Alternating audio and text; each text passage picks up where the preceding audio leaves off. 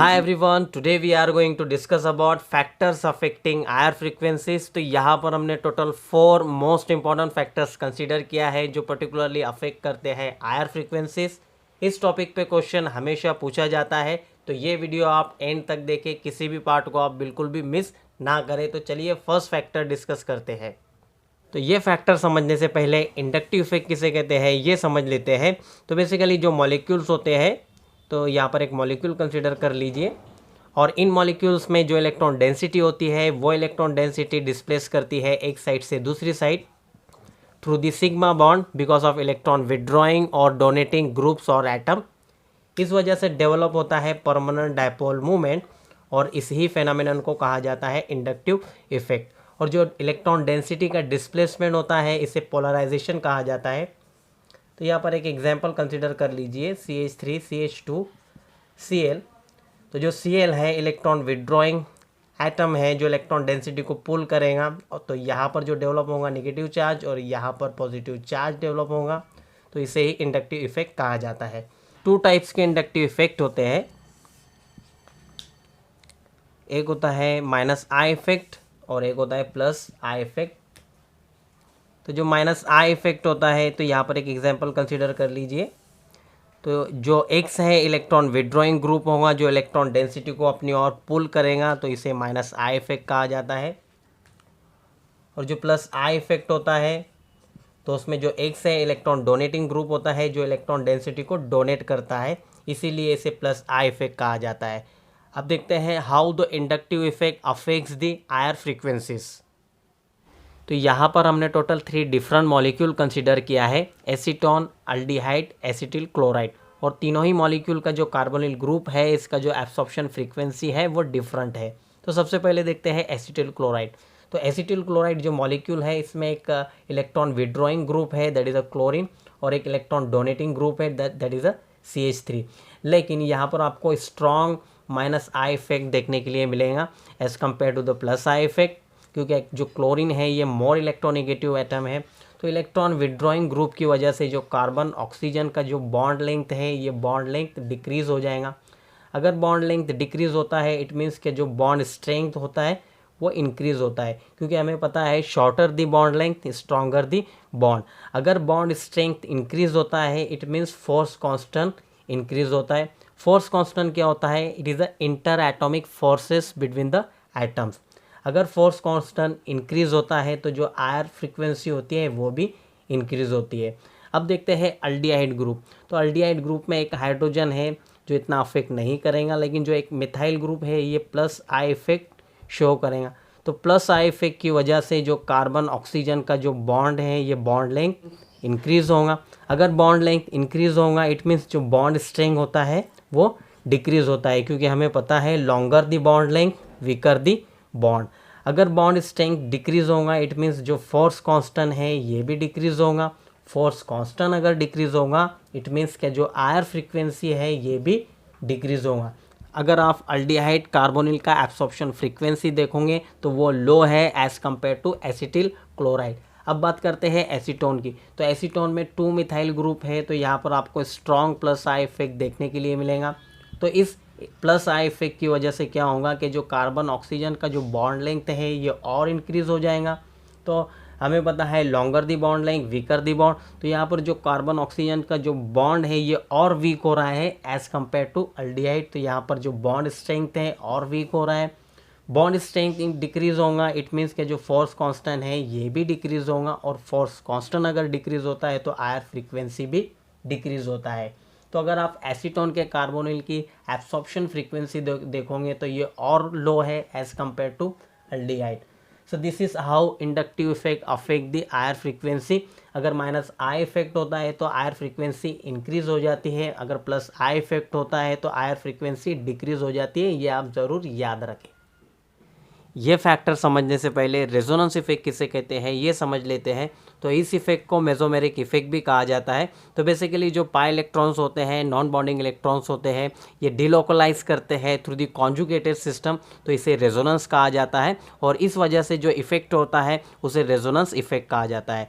तो 2 टाइप्स के resonance effect होते हैं, एक नेगेटिव रेजोनेंस इफेक्ट होता है, एक पॉजिटिव रेजोनेंस इफेक्ट होता है। तो नेगेटिव रेजोनेंस इफेक्ट में क्या होता है, जो कॉन्जुगेटेड सिस्टम के पाई इलेक्ट्रॉन्स होते हैं वो डिलोकलाइज करते हैं किसी फंक्शनल ग्रुप में, तो इसे नेगेटिव रेजोनेंस इफेक्ट कहा जाता है, दैट इज -R इफेक्ट। और जो पॉजिटिव रेजोनेंस इफेक्ट होता है, इसमें जो फंक्शनल ग्रुप के नॉन बॉन्डिंग इलेक्ट्रॉन्स होते हैं वो डिलोकलाइज करते हैं इनटू कॉन्जुगेटेड सिस्टम, तो इसे पॉजिटिव रेजोनेंस इफेक्ट कहा जाता है, दैट इज +R इफेक्ट। तो अब देखते हैं कि रेजोनेंस इफेक्ट कैसे अफेक्ट करता है IR फ्रीक्वेंसीज पर। रेजोनेंस इफेक्ट समझ लेते हैं कि ये कैसे IR फ्रीक्वेंसीज पे अफेक्ट करता है। तो यहाँ हमने अल्डिहाइड अमाइड कंसीडर किया है। अगर आप अमाइड का कार्बोनिल फ्रीक्वेंसी देखते हो तो ये काफ़ी कम है एज़ कम्पेयर टू अल्डिहाइड। तो यहाँ पर हो रहा है रेजोनेंस इफेक्ट। ये जो लोन पेयर है नाइट्रोजन के, ये रेजोनेंस में जाएंगे, कार्बोनिल के साथ डिलोकलाइज करेंगे। इस डिलोकलाइजेशन की वजह से जो सिंगल बॉन्ड कैरेक्टर है वो इंक्रीज़ हो जाएगा। सिंगल बॉन्ड कैरेक्टर इंक्रीज़ होता है तो हमें पता है जो बॉन्ड लेंथ है वो भी इंक्रीज़ हो जाता है। बॉन्ड लेंथ इंक्रीज़ होगा, बॉन्ड स्ट्रेंथ डिक्रीज़ होता है। यहाँ पर जो बॉन्ड ऑर्डर है, बॉन्ड ऑर्डर भी यहाँ डिक्रीज़ हो रहा है। तो बॉन्ड ऑर्डर क्या होता है, 2 एटम्स के बीच जो नंबर ऑफ बॉन्ड्स होते हैं इसे बॉन्ड ऑर्डर कहा जाता है। तो अगर आप यहाँ पर बॉन्ड ऑर्डर देखोगे तो वो ज़्यादा है और यहाँ पर डिक्रीज़ हो रहा है, तो बॉन्ड ऑर्डर भी डिक्रीज़ होगा, फोर्स कांस्टेंट भी डिक्रीज़ होगा, अल्टीमेटली जो IR फ्रीक्वेंसी है वो भी डिक्रीज़ होगा। यहाँ पर जो है ये +I इफेक्ट है, सेम इफेक्ट यहाँ पर भी देखने के लिए मिलेगा, लेकिन यहाँ पर स्ट्रॉन्ग +R इफेक्ट है, रेजोनेंस इफेक्ट है, जिस वजह से जो कार्बोनिल फ्रीक्वेंसी है ज़्यादा अमाउंट में डिक्रीज़ होगा। तो इसी वे में जो रेजोनेंस इफेक्ट है वो अफेक्ट करता है IR फ्रीक्वेंसीज पर। यहाँ हमने टोटल 3 डिफरेंट अल्डिहाइड मॉलिक्यूल्स लिया है। फर्स्ट वन है इथेनॉल जो हमारा नॉर्मल अल्डिहाइड है। सेकेंड वन है बेंजल अल्डिहाइड जो एरोमेटिक अल्डिहाइड है।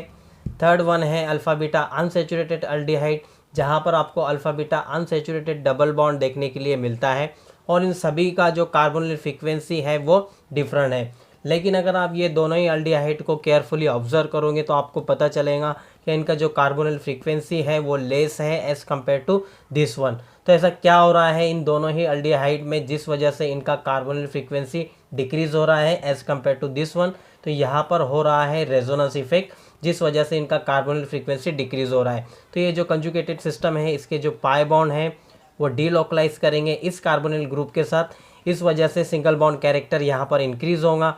सिंगल बॉन्ड कैरेक्टर इंक्रीज़ होगा, इट मीन्स क्या, बॉन्ड लेंथ भी इंक्रीज़ होगा। बॉन्ड लेंथ इंक्रीज़ होता है तो जो बॉन्ड स्ट्रेंथ होता है वो डिक्रीज़ होता है। इसी तरीके से बॉन्ड ऑर्डर, फोर्स कांस्टेंट ये भी डिक्रीज़ होगा एंड अल्टीमेटली IR फ्रीक्वेंसी भी यहाँ पर डिक्रीज़ होगा। सेम थिंग आपको इस मॉलिक्यूल में देखने के लिए मिलता है। ये जो पाई बॉन्ड है डीलोकलाइज करेगा इस कार्बोनिल ग्रुप के साथ, जिस वजह से यहाँ पर भी सिंगल बॉन्ड कैरेक्टर इंक्रीज़ हो रहा है।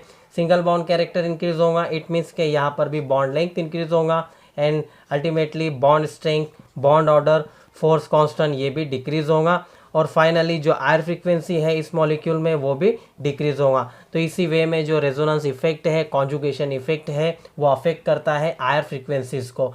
तो इसीलिए इन दोनों ही अल्डिहाइड का जो कार्बोनिल फ्रीक्वेंसी है वो डिक्रीज़ हो रहा है as compare to this one. यहाँ हमने स्टर अमाइड लिया है। स्टर का जो कार्बोनिल फ्रीक्वेंसी है वो ज़्यादा है एज़ कम्पेयर टू अमाइड। अब ऑक्सीजन देखिए और नाइट्रोजन देखिए, दोनों ही पर लोन पेयर है, तो इट मीन्स क्या दोनों ही ने रेजोनेंस बताना चाहिए, लेकिन फिर भी स्टर के कार्बोनिल का फ्रीक्वेंसी ज़्यादा है than carbonyl frequency of amide. तो ऐसा क्यों हो रहा है? एक्चुअली जो ऑक्सीजन है ये मोर इलेक्ट्रोनेगेटिव एटम है, इसलिए आपको यहाँ पर स्ट्रॉन्ग -I इफेक्ट देखने के लिए मिलेगा और यहाँ पर जो इंडक्टिव इफेक्ट है -I इफेक्ट है ये डोमिनेंट है ओवर दी रेजोनेंस इफेक्ट, इसीलिए यहाँ पर स्टर का जो कार्बोनिल फ्रीक्वेंसी है वो इंक्रीज हो रहा है। लेकिन इस केस में जो नाइट्रोजन है ये इतना इलेक्ट्रोनेगेटिव एटम नहीं है एज़ कम्पेयर टू ऑक्सीजन, तो यहाँ पर आपको वीक -I इफेक्ट देखने के लिए मिलेगा। लेकिन जो रेजोनेंस इफेक्ट है ये काफ़ी स्ट्रॉन्ग इफेक्ट है, डोमिनेंट है ओवर दी -I इफेक्ट, इसीलिए यहाँ पर जो कार्बोनिल फ्रीक्वेंसी है अमाइड का वो डिक्रीज हो रहा है।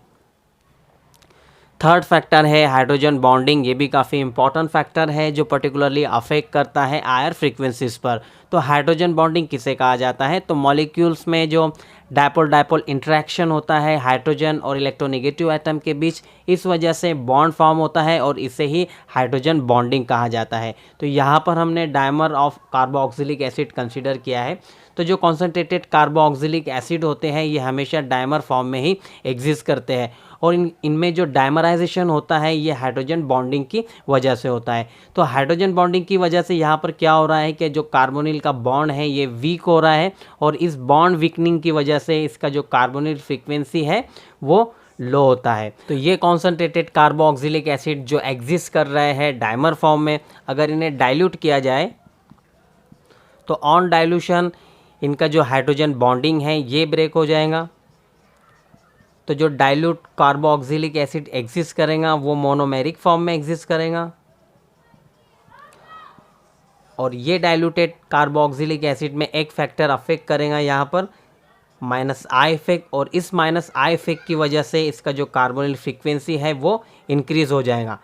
तो जो कार्बोक्सिलिक एसिड डाइल्यूटेड होते हैं वो मोनोमेरिक फॉर्म में एग्जिस्ट करते हैं और उनका कार्बोनिल फ्रीक्वेंसी ज़्यादा होता है as compare to the dimer of carboxylic acid. तो ये आप ज़रूर याद रखें। इसी तरीके से हाइड्रोजन बॉन्डिंग अफेक्ट करता है, कार्बोनिल फ्रीक्वेंसी को डिक्रीज़ करता है। फोर्थ फैक्टर है रिंग स्ट्रेन। तो रिंग स्ट्रेन किसे कहा जाता है ये समझ लेते हैं। सो यूजुअली ये एक तरह का इंस्टेबिलिटी होता है जब किसी मॉलिक्यूल्स में बॉन्ड एबनॉर्मल एंगल्स फॉर्म करते हैं, इस वजह से एक इंस्टेबिलिटी एग्जिस्ट करता है इन मॉलिक्यूल्स में, उसे रिंग स्ट्रेन कहा जाता है। अगर आप राइट टू लेफ्ट जाओगे तो जो रिंग का साइज़ है वो डिक्रीज़ हो रहा है with increasing the ring strain. तो जो स्मॉलर रिंग्स होते हैं इसमें हायर रिंग स्ट्रेन होता है, इसी वजह से इनका जो कार्बोनिल फ्रीक्वेंसी होता है वो ज़्यादा होता है as compare to the larger ring. तो यहाँ पर आप देखोगे तो जो कार्बोनिल फ्रीक्वेंसी है राइट टू लेफ्ट ये भी इंक्रीज हो रहा है with increasing the ring strain. So this is how the ring strain affects the higher frequencies. Hope कि आपको कंप्लीट वीडियो समझ में आ गया होगा। ऐसी ही वीडियो के लिए हमारे चैनल पे बने रहिए। Thank you.